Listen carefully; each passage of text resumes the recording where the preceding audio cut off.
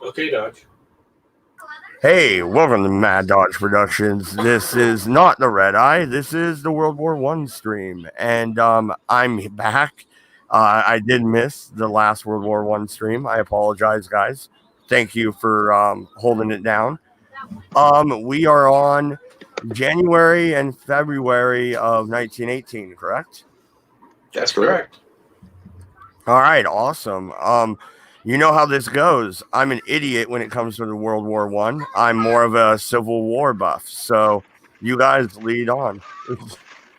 Okay, Take it away, MC.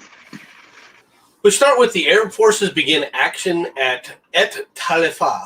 Okay, and we'll talk more about this when it ends because these are the Arab forces under T.E. Lawrence. All right, and this is actually considered a major action. One of the things that they're doing at this point is they're blowing up the logistic trains and doing general harassment of the Ottoman Turks' supply lines up through this area in the Palestinian area, the area that they call Palestine, to prevent the Ottoman Turks from consolidating the forces against the British. All right, but we'll talk a little bit more about the specific action that takes place here.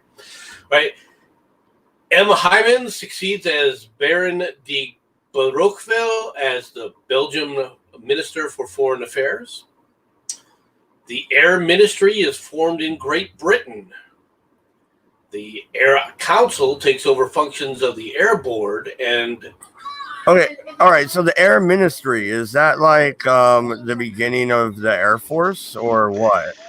At this point in time, the Air Force has been established, and basically what that means, it's the more military side of things as opposed to the organization, logistics, supply chains, things like that. And in doing so, there's the governing body, which is the Air Ministry, and the people who make the decisions are the Air Council. And this will be a more comprehensive thing that will extend to like civil aviation and other things like that after the war. It'll eventuate into accident investigations and governing bodies and whatnot. So this is a new board that's specifically designed to focus on things that fly. Okay, and then after that, we have the Ukrainian delegation reaches Brest-Litovsk. I know I'm butchering it, and Litovsk.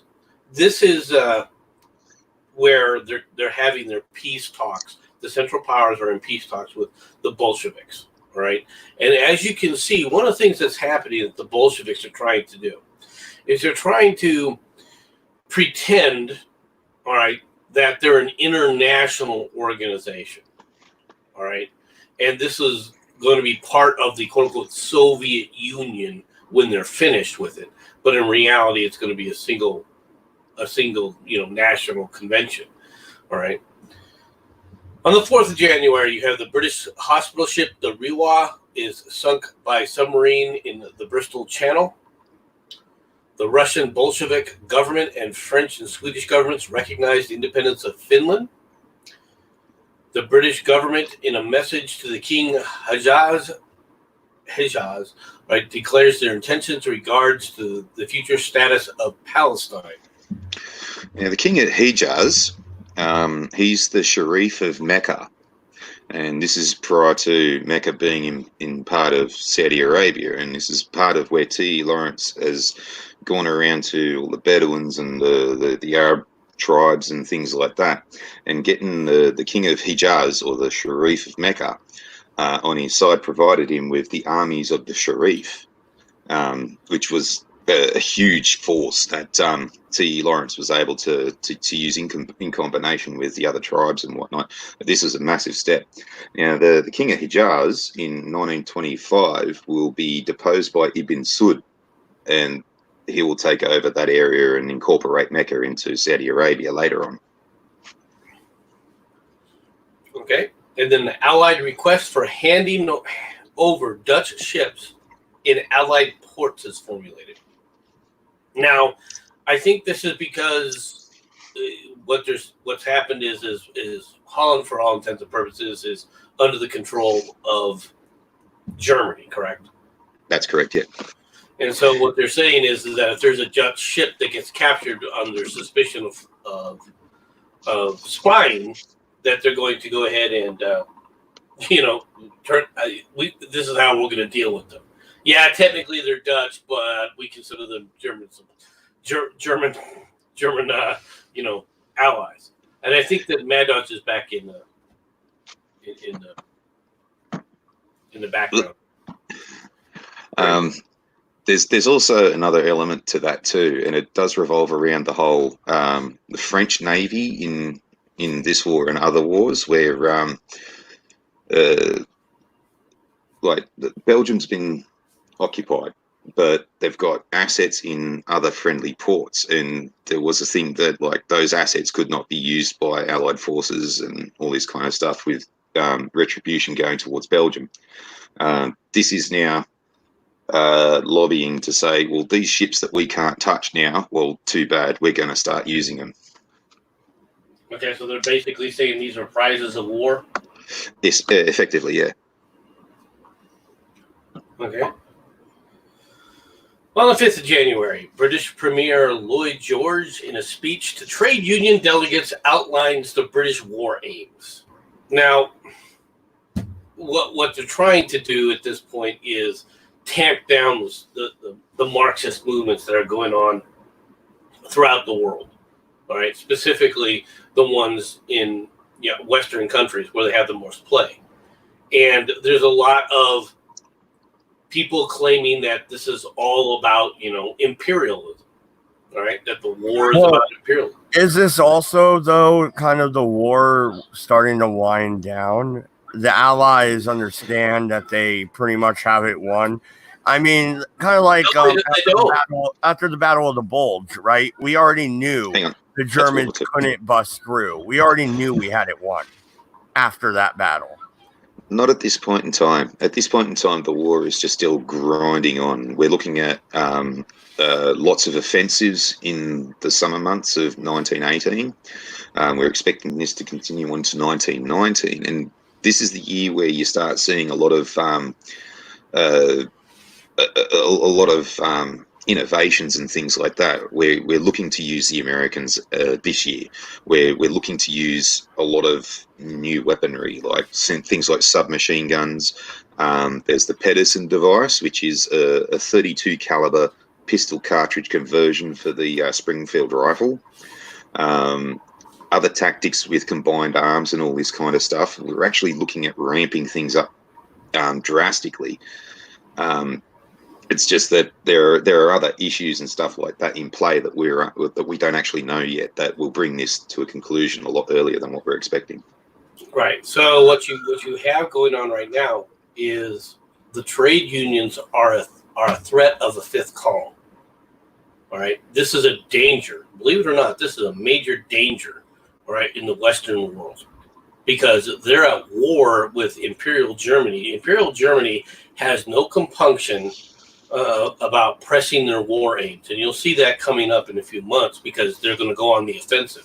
It's their last big offensives, and it's an all-out offensive, all right, in an attempt to bring the full force and bring the war to a conclusion before the American manpower can really come to the forefront. All right. So what the prime minister is trying to do, right, or the premier rather, is he's trying to put a stop to this trade union crap that's gotten out of control, right? And it's happened all over the nation of Britain and also in America, where needed war supplies and ports are getting embargoed by these guys. They're going on strike, and a lot of this has been violent. Well, then, when it comes to sorry, Farty, but I haven't said much, so let me jump in real quick. Wasn't this around the same time where you had a German nationalist movement in America? Yep, and also to there is that, and also to the communists. So the socialists and the communists are infighting in a lot of all of these places. The communists have most of the power with the trade unions. And with the destabilization things, it's like the miners, the stevedores, as we mentioned earlier with the whole communist uprising and all this kind of shit. This is what they're actually doing, and this is the fifth columnist kind of strategy that they use.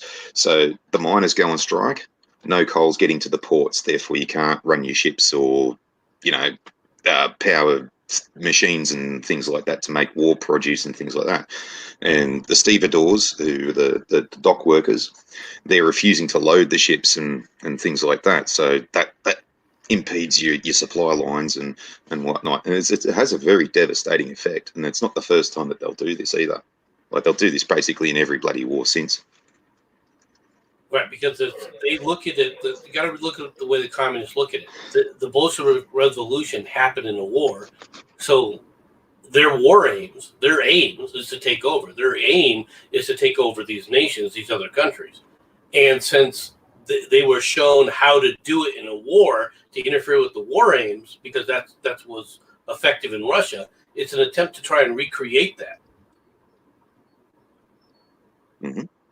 Okay, no, I totally understand. I was just saying, though, like, the different political movements that started to arise in the West, don't they kind of, from this point forward in the war and then into the lead up to World War II, isn't that kind of the problem? Is these socialist movements? Yeah. Well, they present a major challenge for sure. Go ahead, Farty. Yeah, well, as we mentioned earlier on in the war, the America's reluctance to try to enter. We made the point earlier on that, like, it was up in the air. We didn't know where America was going to go, and the same thing happened with World War II. And of course, the Germans were also there lobbying for the Americans to go on the German side in both wars. So you had socialist movements in America during World War I. You had the Nazi Party in America during World War II. And before things kicked off, the Nazi Party wasn't seen as being that bad. Yes, sure, there were socialists and they weren't as democratic, and most God-fearing Americans would have seen them as being, not so nice, people to stay away from. But they almost did at one point there have a sort of a popular view by the Americans, and everybody just did not know which way you guys were going to turn. So they did have another crack at this. Well, yeah, because if you look at that movement in and of itself, it rose up as the Klan was starting to die. So it was kind of the transfer there. You know what I mean? Yeah. Well, it's just lucky for us that you guys. It's just lucky for us that you guys, decided the right decision. Well, it is, but it's also the fact that at this point in time, at that point in time, we're talking about the future here, in the 1930s, National Socialism, is considered a socialist movement. People will see this as a halfway between, a regular capitalist state and Marxism, because it's National Socialism. It's not the world Comintern, And so people are like, it's National Socialism, which means that you still retain a local guidelines to it. It's an attempt to have a local socialist movement. I'm not saying that this is what the reality was. I'm saying this is what the view was, because this is how it's being portrayed. They're not being portrayed as doing anything aside from going out of the way to say, look, we will create programs to help the poor, all right, and help the nation as a whole. Well, yeah, no, and don't you think, I know we're kind of getting off into the weeds here a little bit, but you said there's not much happening these 2 months anyway, so I think we can get off into the weeds. Don't you also think the transfer of power between the Klan and the civil rights movement that will come in a little bit in the future, but it was already building up. It just naturally transformed over to Nazism, right? Because they're already talking the same language, pretty much. Well, yeah, they're saying us for us, right? Yeah, and you can even see it now because a similar thing has happened with terrorist organisations, particularly say in Syria, for example. So you started off with Al Qaeda and things like that, and then when you progress into Syria, you got mobs like the Free Syrian Army and Jabhat al-Nusra, and in there you had infighting between the hierarchy and all this kind of stuff. And one bloke decided, no, you're all too limp-wristed for me. I'm going to go off and form friggin' Islamic State. And then all of a sudden, Al Qaeda and Jabhat al Nusra and they're all going, no, we want to distance ourselves from these guys because they're too nasty for us. And it is pretty much ISIS has taken the rhetoric of all the prior terrorist organisations and gone, no, we're the more hardcore of that, so everyone join us, kind of thing. And you did have that infighting with that, and you could see that, like anti-black sentiment could very well cross over into anti-Semitism as well as anti-black sentiment and all this, because the Nazis weren't sort of talking them down in their kind of thing. They were more sort of like, yes, join the fold.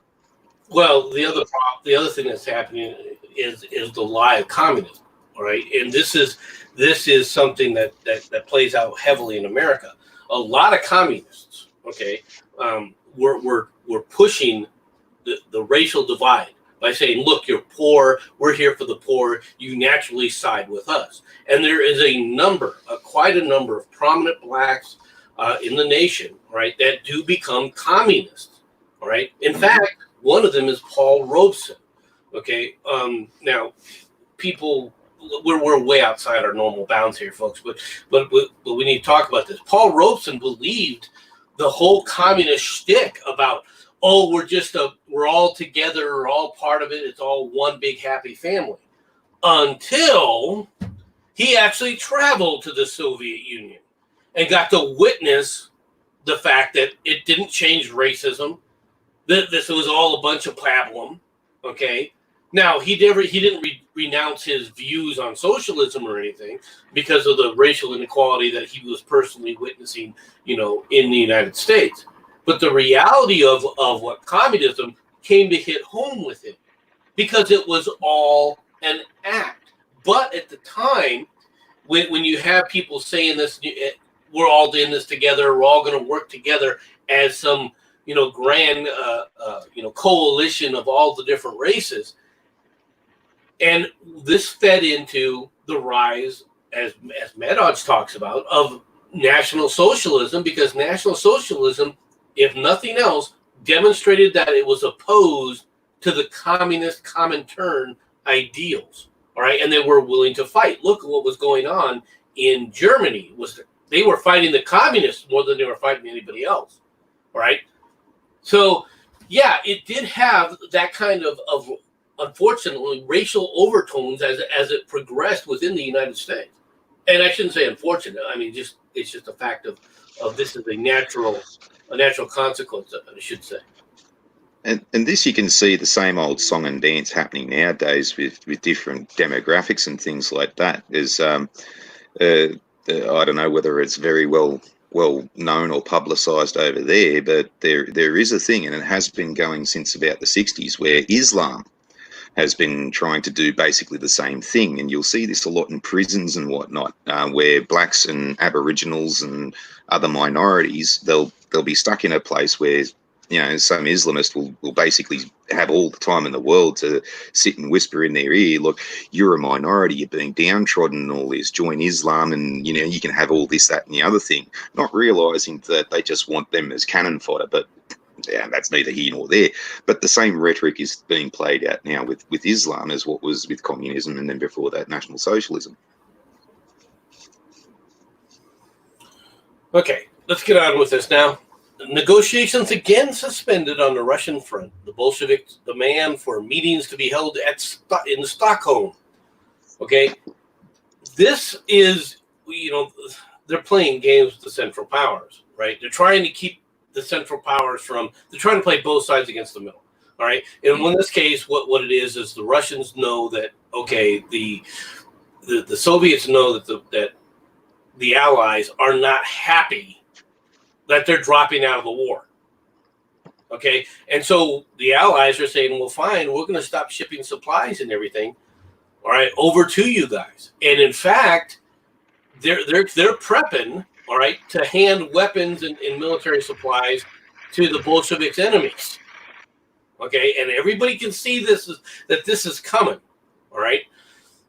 At the same time, Germany is desperate to end all the war, end all the troops on that front at all, and move them all to the Western Front. They want to end this in the East so that they can finally deal with the situation in France and so forth, right? But you can see how the Bolsheviks are playing this. It's a duplicitous game. Then you're going to see it as it gets even further down there. The British government assures Russian Bolshevik government of their support in the creation of an independent Poland, which we'll also talk about later. Danish and Norwegian governments recognize the independence of Finland. Latvia declares independence. Estonia declares independence. Now, I want you to remember this. Latvia and Estonia are Baltic states. They are declaring themselves independent. Well, then how the heck do they end up in Russia? How do they end up in the Soviet Union? Well, because these are, quote unquote, Marxist governments that are declaring independence. Okay, that's what these are. These are just little mini Marxist states that are coming to the forefront. You missed a whole bit there. What did I miss? January 8, January 10. Oh my goodness, I did. January 8th. Qasr il-Shirin is occupied by British forces. Okay, let's show where this is at. All right, that's over here. Okay, what you have is the British have taken Baghdad. They've taken most of Persia. Okay, but Turkey still holds sway all through this portion and this region. Okay, and what you're seeing now is the British forces are on their own are now marshaling forces to march through this area in an attempt to take all of this away. And of course, at the same time, what you have is a push with the Arab forces through Israel taking place simultaneously. Mm-hmm. All right. Sorry about that. The President Wilson delivers his 14 points plan. And then the Bolshevik government withdraws its demand to transfer to Stockholm and resume negotiations again. So basically you're seeing, like I said, they're playing games, but they're also at this point, they're learning politics. So what was Wilson's 14 points? Wilson's 14 points are these. These are the outlines of the 14 points. All right. Oh my God! Just real quick. Okay, you know how I feel about the Confederacy and the Civil War, right? And Wilson would agree with me on that part because if you read his quotes, you know that. But other than that, Wilson was, I think he was worse than God damn it, LBJ. It was worse than Lyndon Baines Johnson? Or FDR? You thinking? Oh, FBR is who I was thinking. FBR, yeah. His cousin, yeah. Okay. The 14-point plan. Let's go into this.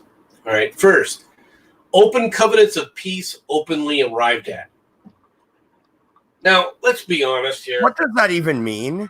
Okay. What this was an attempt is there was this belief that World War I happened because of secret negotiations between nations. All right, it was the secret negotiations that everybody knew about about the different pacts between Russia and. Wait! How secret were they if everybody knew about them? They weren't. Okay, but there's the belief that these pacts, if they had been announced openly from the very beginning, that the war could have been avoided. Right, and it's a silly argument, and yet it was the first one. I want you to remember this. It was the first one. All right, freedom of the seas in peace and war. Now, this would have been wonderful, except for the British said, "What the hell are you talking about? You're telling us at war we have to let let ships of our enemies travel freely? That's not going to happen. Okay? Basically, this is saying that all blockades are illegal. All right? If you're going to approve this, it means you can no longer blockade a port. Yeah, hey, well, the Southerner, even if Candid's right and I'm a fake Southerner, I'm just over here like, that sounds great. Could we have had that a few years before? Once again, do you think that that's even realistic or even doable? No, it's not. And so there's the next that's the next one. Then you have equality of trade conditions. Really? wait. Are they saying fair and free markets? Really? Like tariff rates all at the same? Because that sounds awesome to the libertarian in me. Well, how are you going to pose that on? Sorry, Farty, go ahead. I think that might be more of a can you Europeans stop bunging this? You're either with us or against this thing. We'd like to sell to both sides. Basically, yes. And it's also due to the fact that when you talk about open and free trade, it's like, okay, there's no such things as, if you're going to trade with somebody, you get to trade with everybody. You can't deny trade with anybody. This becomes obviously stupid. You want to trade with your enemies. This is guaranteed to trade with the enemies act. Okay, all right. You know what? I'm gonna jump all the way to the end here. A League of Nations to guarantee independence and territorial integrity to great and small states alike. I now declare independence. Does that work? That's a prelude to the United Nations. It's the first failed attempt at the second failed attempt.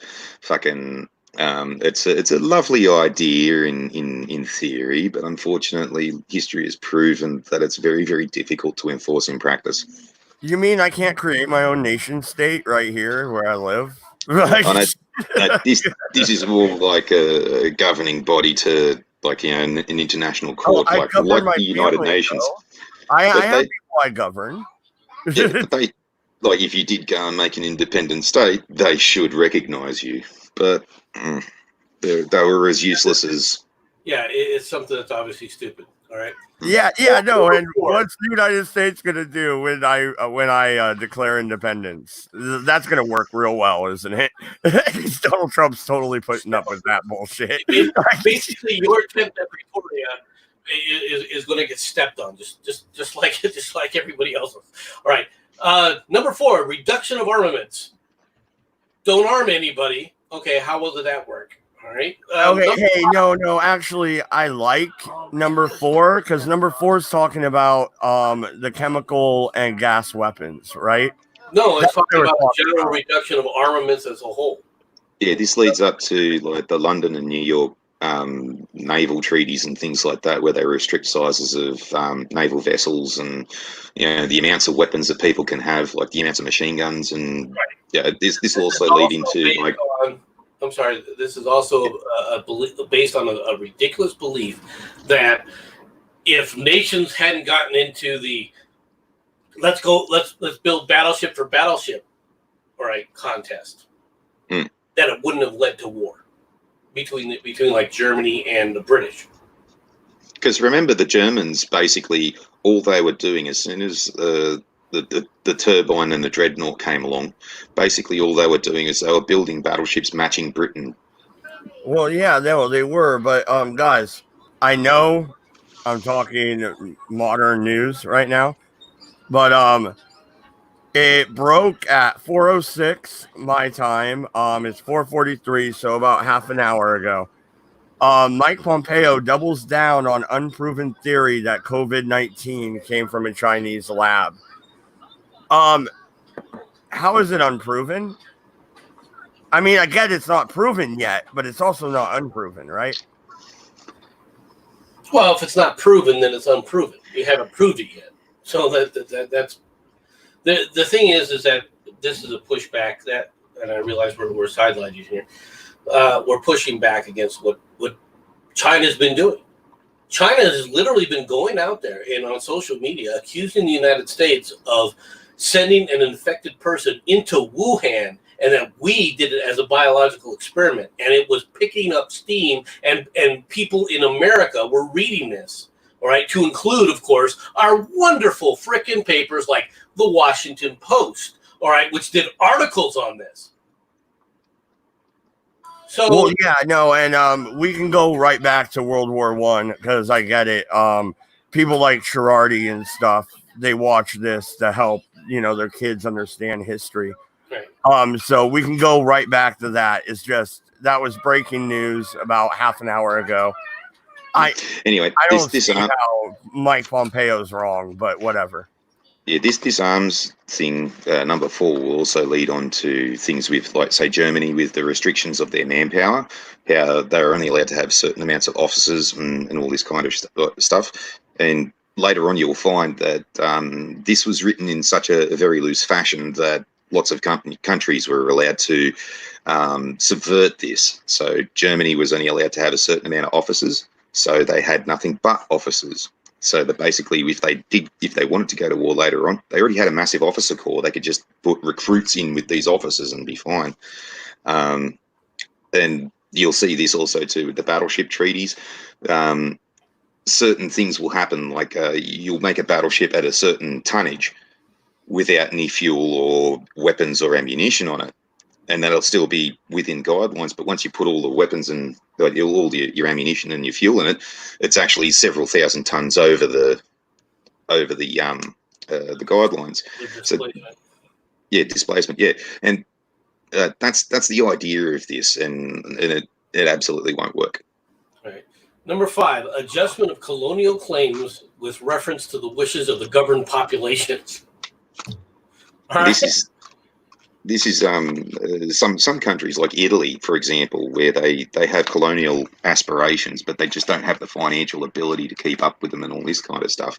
It's a way of sort of, after this war, giving certain elements around the world autonomy. Do you want your autonomy? All right, fine. It was also to be honest, this was also a shot at Great Britain in India. Because it is, at this point in time, India has had a number of different, independence movements go through it. Okay, so that's what this is. This is basically a nod or an attempt at trying to mollify Germans to say, look, we're not just one-sided on this. And this is also interestingly comes from the 2 different attitudes. Like, so you have the British with their imperial mentality, and then you've got the Americans with their freedoms mentality. And when America comes along and says, well, actually, we personally see that your imperialist nature is oppressive and all this kind of stuff. We'd kind of like you guys to sort of relent on that and give people their freedoms and autonomies. And in some respects, Britain sort of went, yeah, you're kind of right. And in others, they're going, well, no, get fucked. Well, yeah, France had no had no intention at this point of doing any of that. All right. An evacuation of all Russian territory. Now, this was a stupid. This one was absolutely stupid. All right, because basically this affected only one nation and one nation only, and that is Germany. Because they were beating the Russians, all right? And what they're saying now is you have to give up all Russian territory. Evacuation and restoration of Belgium, that's a guarantee for the British, because the British guaranteed, Belgium would remain sovereign. The evacuation of the French territory and the restoration of Alsace-Lorraine, this once again is an anti-German, because Germany had conquered Alsace-Lorraine in 1870. And Alsace-Lorraine region is a coal steel region, all right? This is a heavy industrialized region for the Germans. So it's very important to them. The readjustment of Italy's frontiers along lines of nationality. I have no idea how the Italians were ever going to get this one pushed through. Yeah, well, wasn't that pretty much about the territories in the Alps, right? Yeah, pretty much, yeah. The territories of the Alps and also Trieste. All right. Readjustment, autonomous development for the peoples of Austria-Hungary. Basically, this is saying you're going to dissolve. This is part of the 14 points that he's proposing to dissolve the Austro-Hungarian Empire. Independence for Romania, Serbia, and Montenegro. Okay,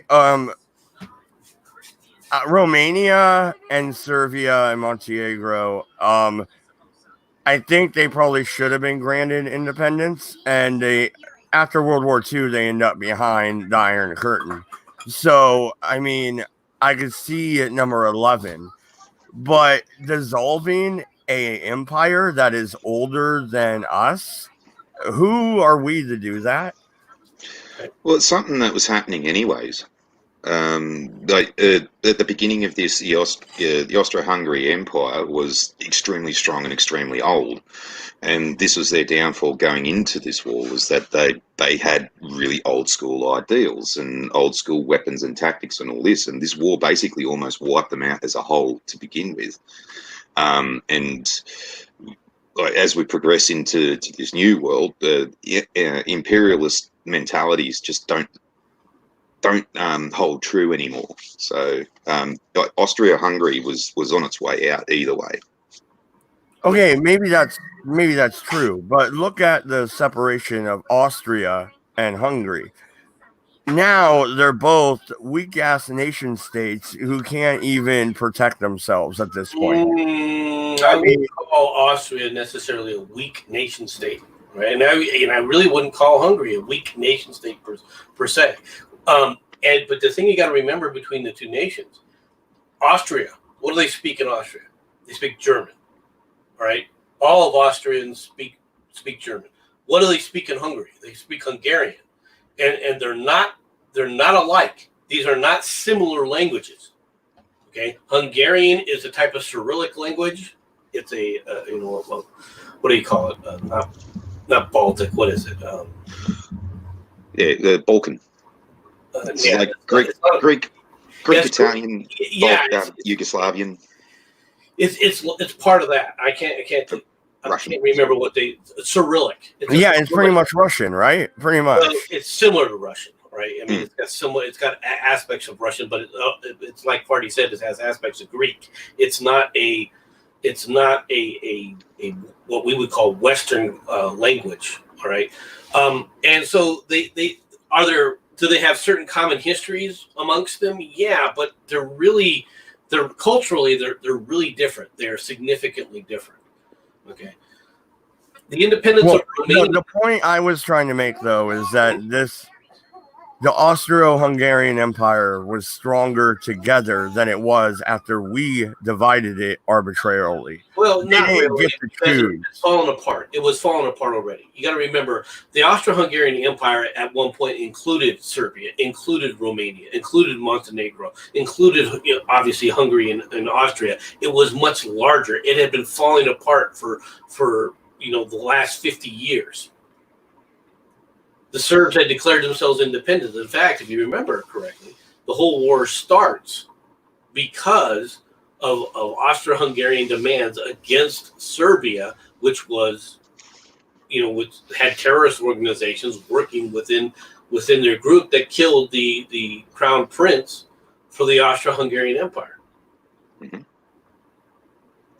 As far as empires go, even at this point in time too, the British Empire is starting to sort of falter already. I mean, in 1901, they gave Australia and New Zealand their independence because we'd started to grow or outgrow the controls of the British Empire. That they needed to separate us from the Commonwealth to have us run autonomously, because we were basically becoming a massive leech on the British Empire. And you'll see a lot of African countries earn their independence in and around this time. And that mainly is because Britain can't really afford to have this massive upkeep anymore. The world has just become way too expensive. And this will come to a head in World War II, where basically Britain will use every last penny to fight that war and effectively just release a lot of the empire. They're just, no, you just go your own way. We can't even bother with you anymore. So empires were faltering and failing at this point in time in all different aspects of the world. Even the French Empire. There were a lot of movements that were taking place, and this is one of the reasons for number 12, the relinquishment of Turkish control over non-Turkish populations. Mm-hmm. This is saying, okay, those people who natively speak Turkish, well, that could be Turkey, but if you don't speak Turkish, if you're Persian or if you're Arab, all right, Turkey has to relinquish control. The Ottoman Empire, the disillusionment of the Ottoman Empire. And then you have 13. And this is an absolute screw up, all right, that they actually implement. And that is the erection of an independent Polish state with free and secure access to the sea. Yeah, don't they cede Poland Russian territory to get access to the Black Sea, right? They cede part of Prussia, all right, part of Germany. They cede to Poland to create this corridor. And this, of course, is a huge negative because you're not talking people that speak Polish. You're talking people who speak German. The Danzig corridor is what gets created here as a result of this. And this was a major sticking point to German because what do you have is you have a bifurcated German state now. You have part of Germany on one side of Poland and part of Germany on the other side of Poland. This was totally a non-working methodology. Well, no, and that's the whole reason that Hitler goes into Poland to begin with, right? Well, excuse me. This is yes. All right. The reality is that he was going to end the Polish experiment to begin with. And this popping countries up out of nowhere and just plopping them wherever we feel like is the exact way that we see the Middle East nowadays. Is that after this, the Allies will go ahead and they will chop up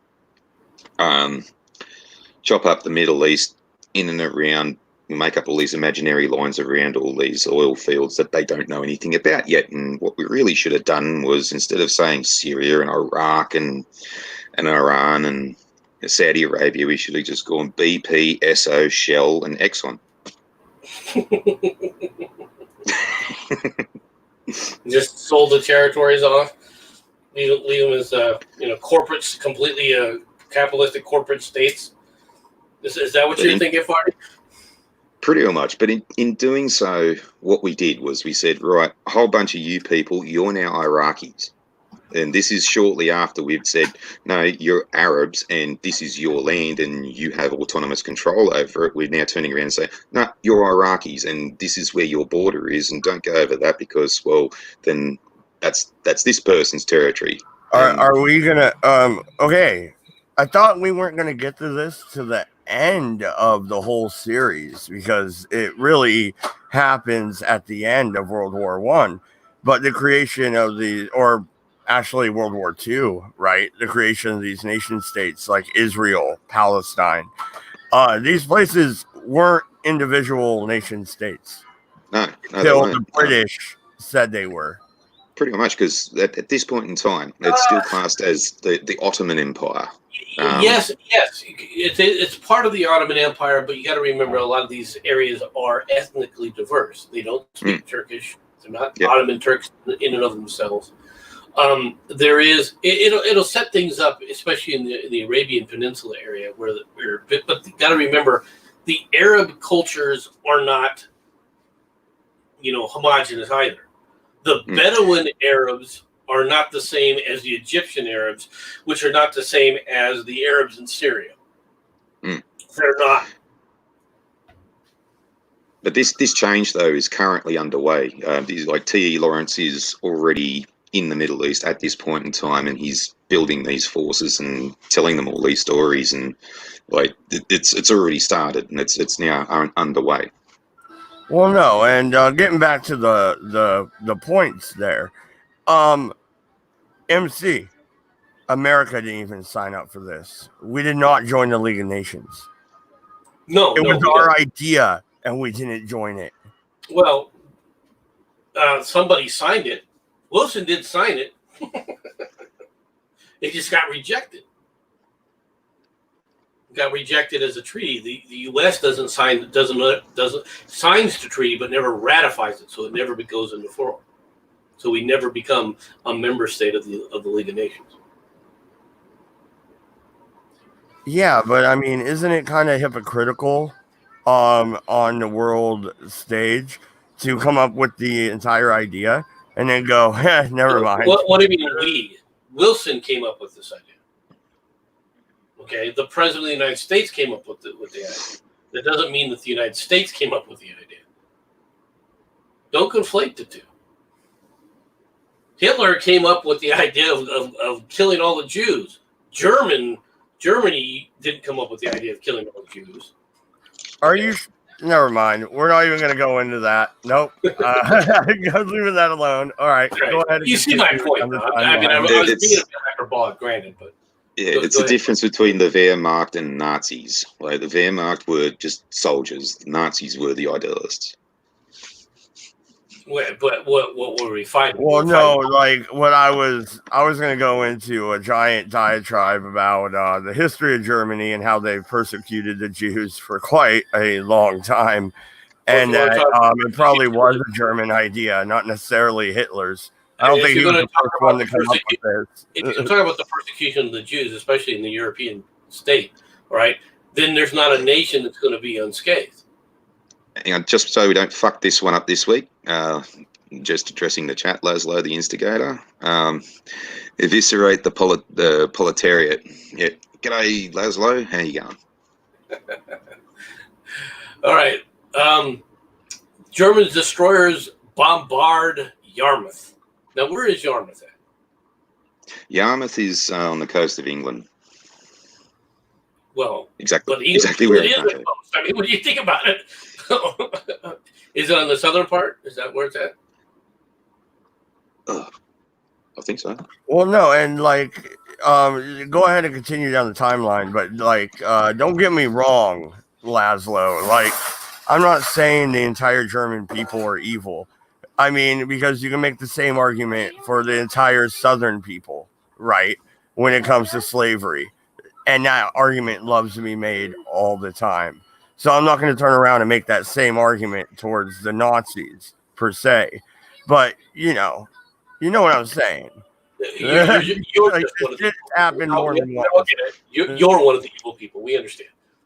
Okay, Yarmouth is near Norwich, which is a little bit north of London. So it's at the northern end of the English Channel. So basically, it's close enough to London to scare people. Yeah. Right. On the 18th of January, the Russian Constituent Assembly meets again in Petrograd. Now, this is an attempt to stop the Bolsheviks from taking over. All right. On the 19th, the Russian Constituent Assembly again forcibly dissolved by the Bolsheviks. All right. Mustafa ul-Malek, all right, succeeds Ain Ed, whatever, the Persian foreign minister. All right. The naval action outside the Dardanelles, right? Which, once again, the British now are blockading the Dardanelles. They've given up the idea of Gallipoli and all the other things, but at the same time, they're not letting anything come out of it. The German cruiser Breslau and the British Monitor, which is basically a floating artillery platform, all right, are sunk, and the Goeben hits a mine and is beached. Now, this is something that's going to become a problem, all right, for Russia and the Soviet Union, because the British are mining the Dardanelles as well. It isn't just the Turks mining the Dardanelles to prevent the British coming in. The British themselves are mining the Dardanelles to prevent anybody from coming through it. This basically blocks any help back and forth or anything to the Black Sea fleet. I just thought of this. I'm sorry. It's a real quick question, and you can probably answer it really easily. But I actually don't know the answer to it, and I don't want to go to Google. So, when did the British get Gibraltar? Oh, that was fucking back with the Spanish Armada, or that back in those days. Yeah, that's Oh, okay. Yeah, Because don't they still own that territory, right? yeah, it's still British territory. Yep. All right. Okay, that's all. That was my only question. I don't know why that popped in my head, but I just figured I'd ask. The Bolshevik, on the January 22nd, the Bolshevik government accuses the Central Powers of falsifying reports. All right.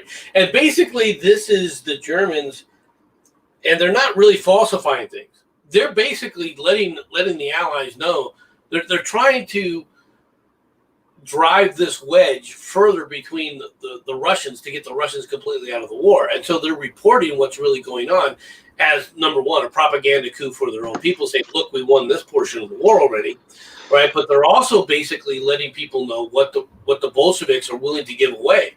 And the Bolsheviks are not happy with this because they're lying to everybody else about what's going on.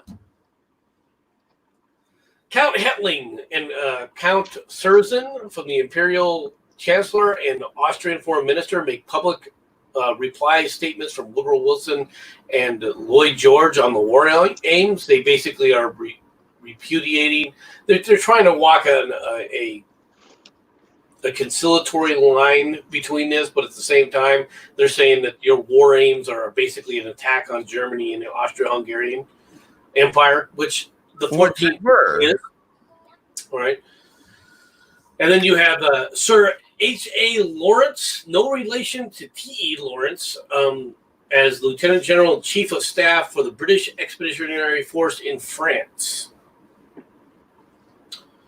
On the 27th of January, the Turkish Dead Sea Flotilla is seized by the Arabs' camelry, all right? Instead of cavalry, it's camelry, all right, at El Metzra.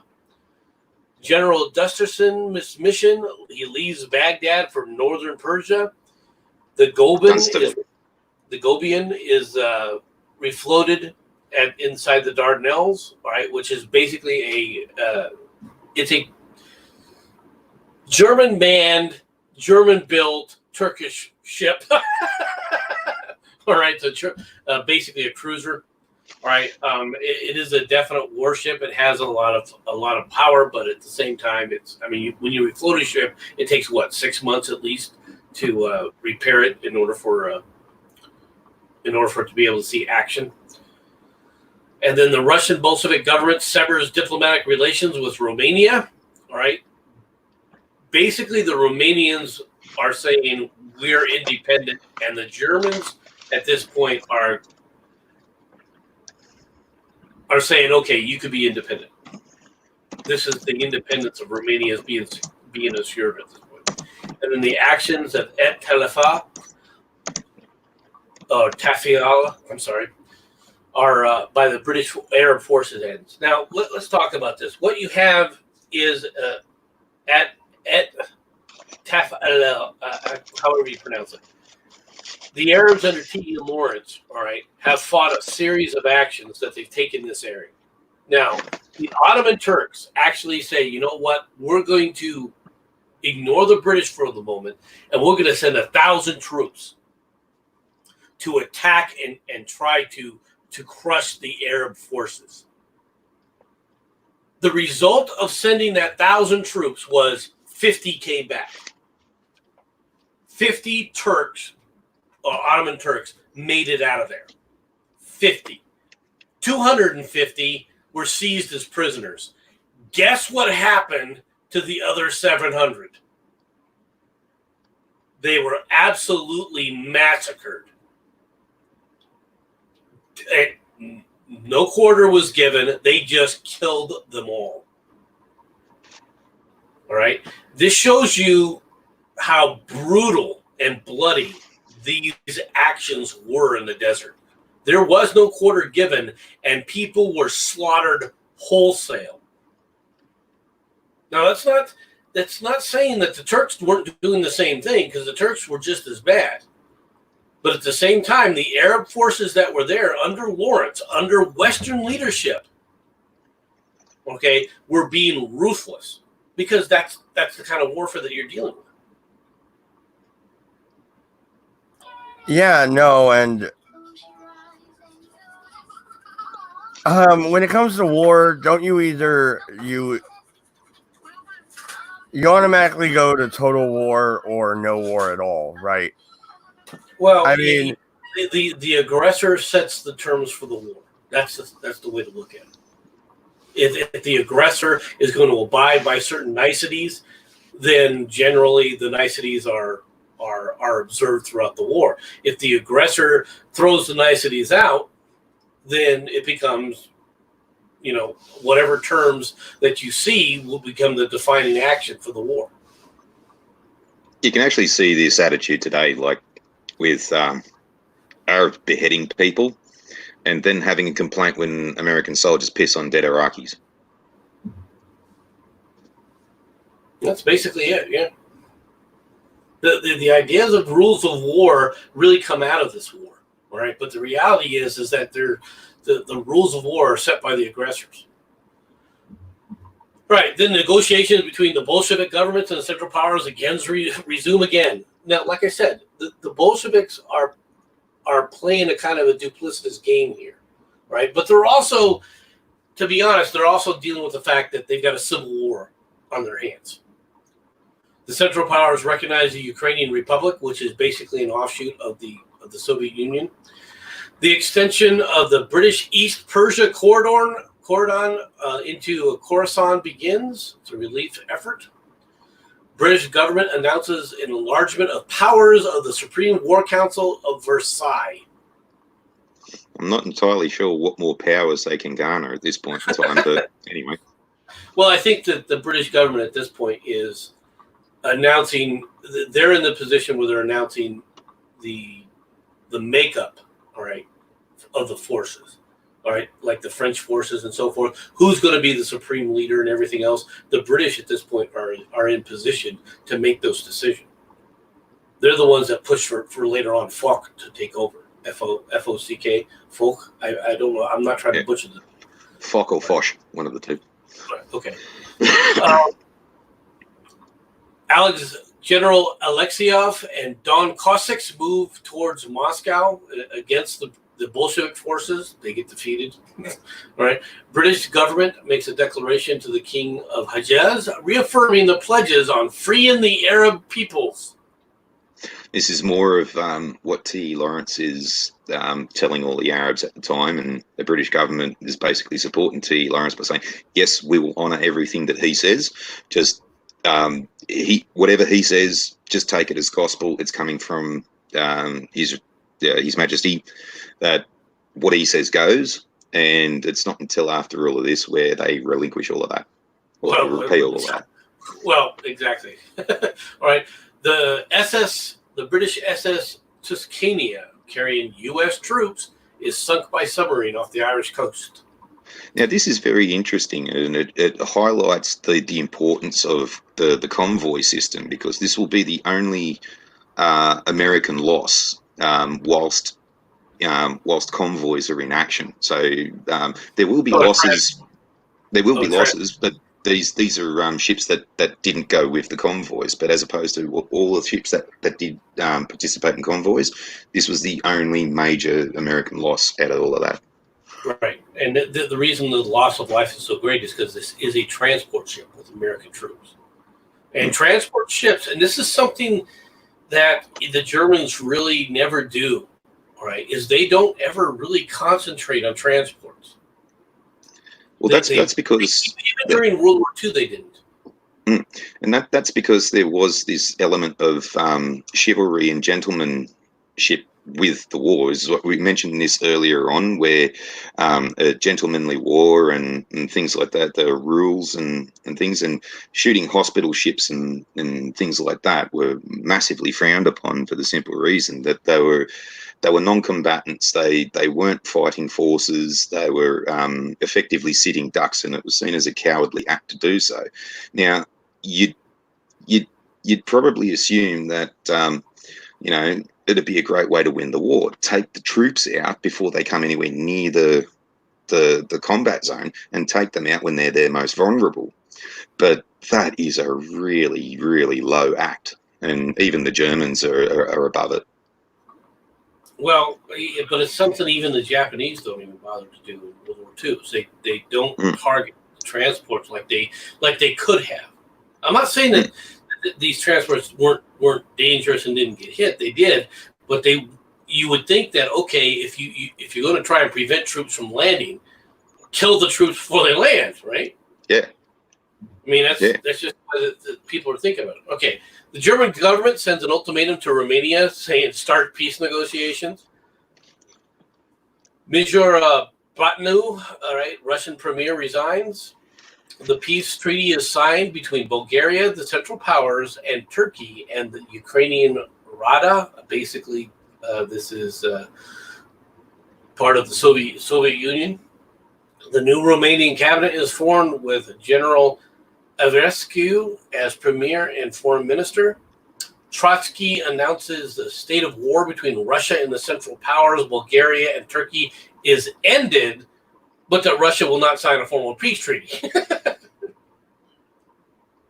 All right. So basically, we're saying, okay, we're not at war anymore, but we're not gonna declare peace.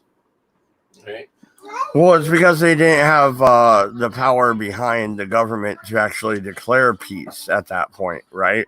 You were seeing the ouster of the czars and the rise of the Bolsheviks. So you're in a turmoil state. You know, they didn't have any fans behind it. They had control of the military at this point. For all intents and purposes, the major military forces are under the control of the Bolsheviks. The Bolsheviks have taken over the military, the army. They've taken over the navy. Okay, for all intents and purposes. Yeah, are there other elements that exist out there? Yes, but they don't have the weapons and the manpower, right, that the Bolsheviks have. Just real quick, just addressing the chat. Hello, Brian the Observer, and hello, Mr. Goatman. All right. Woodrow Wilson delivers message to Congress, laying out 4 additional points, which basically get ignored. General Alexeyev is defeated by the Bolsheviks, and General Kalaman commits suicide. This is the end of the first civil war, right? The first real threat, and the end, for all intents and purposes, this ended the monarchy's, any attempt of the monarchy, right? A return of the monarchy, all right? Because that's what Alexeyev and Kalaman, what they were really focused on. They weren't trying to bring in a moderate state or a democratic state. They wanted a return of the monarchy, the royalty, the royal scepter. Oh, well, no, absolutely. And real quick, hey, Goatman. I stand with Mr. Goatman as well. Just want to throw that out there because I'm not running the show today, so I actually don't get to write in the live chat unless I open it up on my phone. So, okay, Dover is shelled by a German submarine. General Dunsterville. All right. Wait. Actually, real quick though, the Lusitania. Isn't that the sister ship to the Titanic, or is that the Titan? No. The Titanic was the Britannic and the Olympic. The Lusitania had the Mauretania and the Aquitania. Oh, okay. All right. All right. Go ahead and continue. I'm sorry. I thought there was some historical reference there. I was missing. No, you're right. The Britannic was sunk a couple of years ago in the Mediterranean by it hit a mine. And there was actually a nurse on board who escaped the Titanic, and she was also on the Olympic when it was rammed by a battleship. So she was on all 3 of them. Well, obviously you don't want her on one of your ships. Fuck no. I don't think she... Wait, aren't women bad luck on ships anyway, right? Isn't that a thing? Well, yeah, this kind of proves it, but I'm pretty sure the story goes that, yeah, she refused to go on a ship from that point onwards after the 3rd one. No, I thought that was a thing that sailors had. Like, because I've never been out in the ocean, right? I finally got to fly on a goddamn airplane and flew over, the Mexican Gulf or whatever. That was cool. But I still haven't been on a ship. Yeah, Isn't that a thing, though? Yeah, it was considered bad luck, but this was back in the days of like tall ships and things like that, when uh, ocean travel started becoming more prevalent. They were just considered as passengers or cargo or things like that, and those kinds of things were not seen as being as strict by this time anyway. Okay, back to the timeline. The armistice terminates on the Russian front. Hostilities are resumed by the German armies. Dvinsk is taken by German forces. General Sir Robertson is the chief of the British Imperial General Staff, resigns. And then the next day, the Bolsheviks notify their willingness to sign a peace treaty with Germany. So basically, the Germans are like, okay, you don't want to sign a peace treaty? You say the war is over? Let me show you what this actually means. At which point the Bolsheviks are like, okay, yeah, we'll sign a peace treaty. The British Foreign Minister, Balfour, informs the Polish National Committee that Great Britain does not accept the treaty between the Ukraine and Central Powers. Jericho is taken by British forces. The Ministry of Information is formed in Great Britain. Now, this is the propaganda ministry, correct? Yes, that's correct, yeah. All right. The Inter-Allied Labour and Socialist Conference in London passes a resolution as to war aims, right? Basically, the socialists are saying, give up the battle in Germany. China is retaken by Turkish forces. Dorplot in Estonia is occupied by German forces, and the German raider Wolf returns to Germany. All right, and it says, see the... Isn't that a U-boat? No, this is not a U-boat. This is a commerce raider. This is one of the the German Q ships, for lack of a better term. And a Q ship is basically it's the boat that looks like it's a normal, say, like a coal steamer or something like that, and it'll sail up to another ship, and then all of a sudden petitions will drop, guns will pop up, and all of a sudden, hey, surrender or else we'll sink you.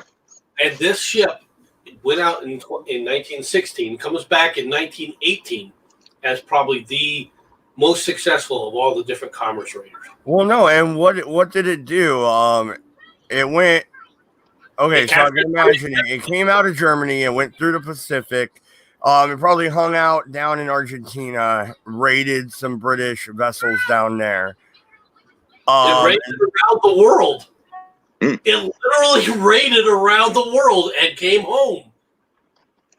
See what it'll do. Him. You know what I mean? Like, that's badass. Yeah.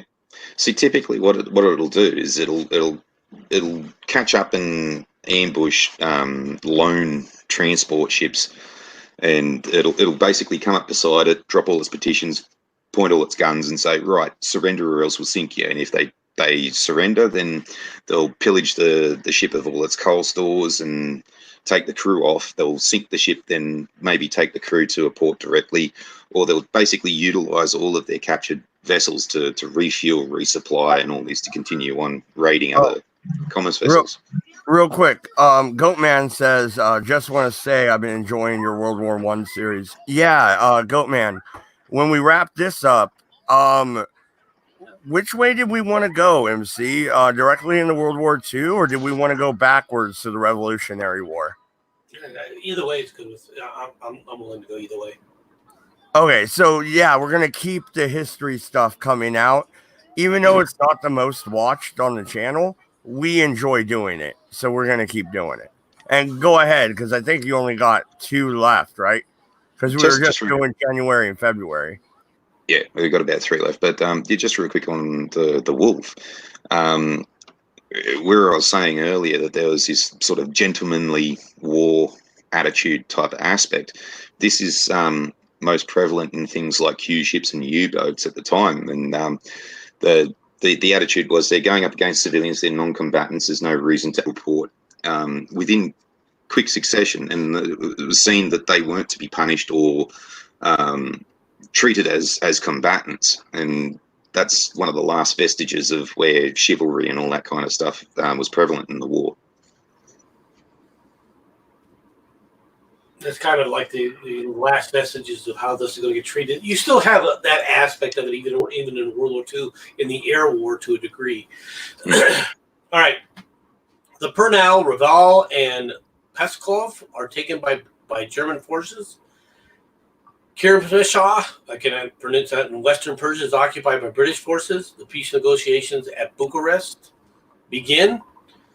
The military convention signed at the Baruskisk, I can't say that, between Germany and Poland. Now, this is Germany is saying, look, Poland can exist.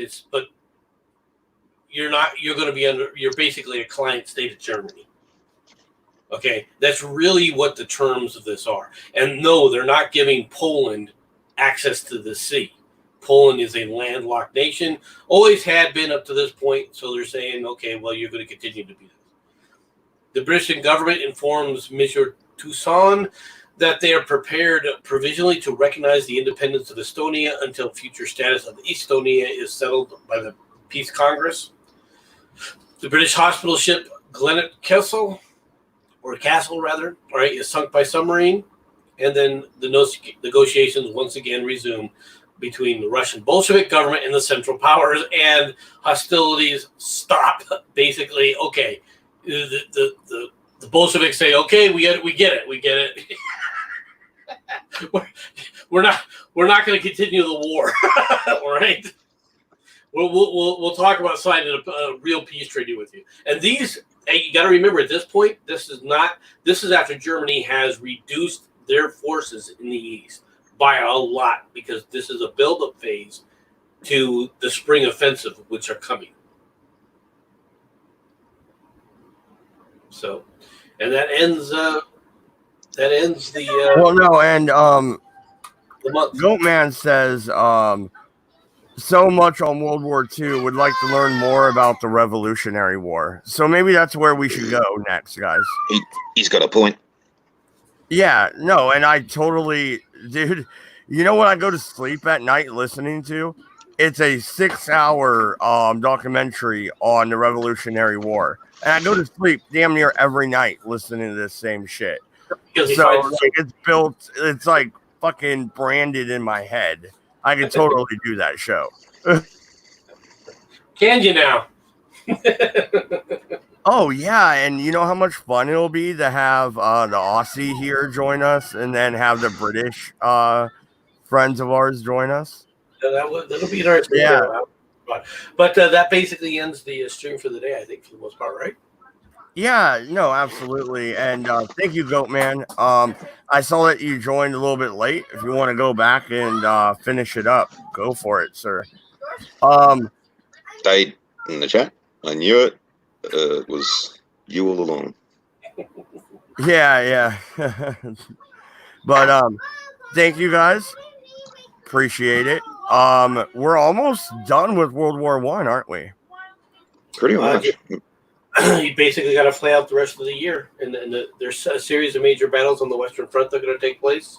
The consolidation and the taking of Jerusalem and so forth by the British. All right, and then we're going to talk about obviously the Sykes-Picot. Yeah, obviously the Geneva Convention has to come up at the very end, but I think we only have a few episodes left. That's what I'm trying to say. Yeah. No, we're right. We are getting to the end. That's true. So look forward to the Revolutionary War, which hopefully will gain a little bit more traction. More people talk about it than World War I. So, hopefully that'll go well. Thank you very much, everybody. Farty, sign us out, buddy. Boobies.